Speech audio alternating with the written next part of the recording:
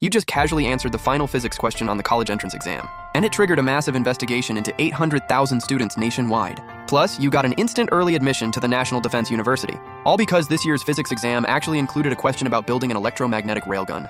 They originally just wanted to mess with the try-hard nerds during the national exam, but they never expected a small-town high school kid like you to completely embarrass them. Right now, up at the podium, physics teacher Wang Defa is tapping the chalkboard, pleading with the class. For the final physics question this afternoon, you must skip it. Got it? Everyone nods and says, got it. You spin your pen and nod along too. It's been 3 years since you crossed over to this parallel world, but unfortunately you didn't get any cheat system at all. It's honestly way too pathetic. In this world, the final physics question on the national exam is insanely hard. They basically ask you to hand build some terrifying sci-fi project from scratch. Like, briefly explain the engineering principles of a water hydrogen engine, or calculate the max payload of a space elevator. They literally just take top-tier sci-fi tech and turn it into an absolutely unhinged exam question. So the main strategy for everyone is just to skip it. Chisu, you hear me? Do not touch that last question. The bald teacher Wang Defa says dead seriously. You nod. You're the hope of the entire honors class, and the only kid in the room who actually has a shot at a top university. This is just an average high school in a small town. All the genius kids are packed into 2 elite classes. If someone from a regular honors class makes it to college, it's considered a huge win. You stretch your arms. When you first crossed over, you didn't know any better and tried to solve a mock exam's final question. And you got laughed at super hard for it. Soon, the exam is about to start. After the proctor reads the rules, they start handing out the test booklets and answer sheets. Once you get your booklet, the first thing you do is write your name. Then you flip through it, just looking at the questions, not solving them yet. After quickly scanning the layout of the test, you're shocked to see the final physics question is asking to explain the modern concept of an electromagnetic railgun, its design requirements, and they even want students to fill in the missing parts for a next-gen railgun model. Zhao Yue, sitting next to you, scoffs. He sneers and mutters, "This guy has 0 test-taking skills." During the reading time, I can already figure out the first 3 multiple-choice physics questions. All I have to do now is write the answers down. He's definitely not beating my score. But then he suddenly notices you're actually staring at the final physics question. Are you serious? Trying to solve the final physics question, that's not meant for human beings. That question is literally put there by the government to scout top-tier geniuses. We're just small-town kids grinding tests. Why are you even looking at it? But no matter how dumbfounded Zhao Yue looks, you have 0 reaction. You just grab your pen and pencil and start scribbling and drawing all over the paper. The current material choice is wrong. Blindly stacking nanomaterials and carbon fiber is completely the wrong path. What needs to happen right now to make this combat ready as soon as possible is increasing the range.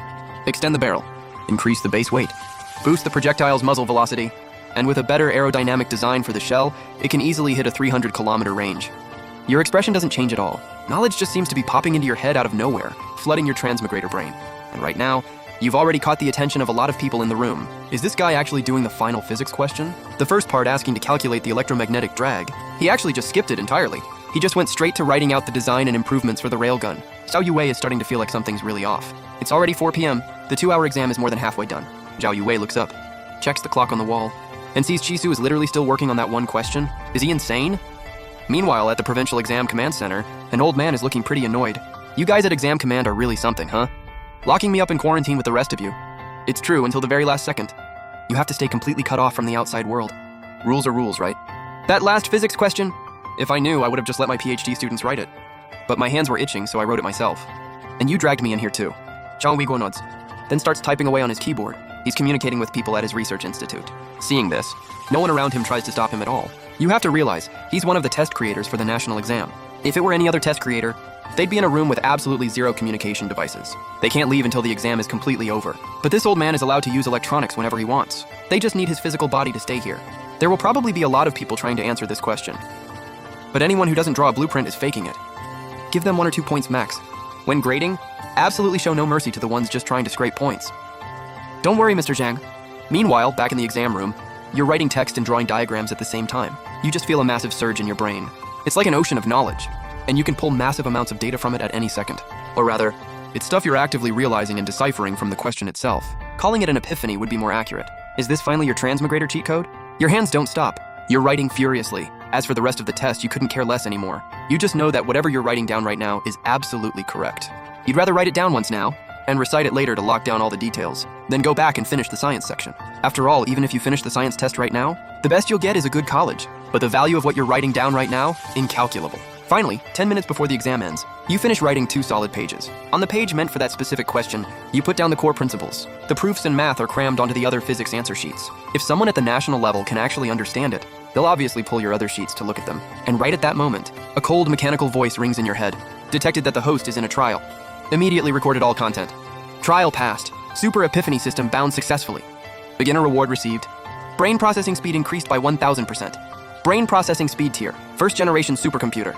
Right next to you, Zhao Yue is furiously flipping his pages. He was paying so much attention to what you were doing, he actually fell behind on his own test. Zhao Yue is sweating bullets while trying to think. But deep down, he's feeling secure, because he's thinking, over there is a genius, who's still bashing his head against a wall on the final physics question. It's so ridiculous, it's actually hilarious. Is this guy seriously brain dead? Finally, Zhao Yue sees you start moving again. He watches your hand fly back and forth across the Scantron sheet. You look at the question, grab your pencil, and instantly bubble in the answer.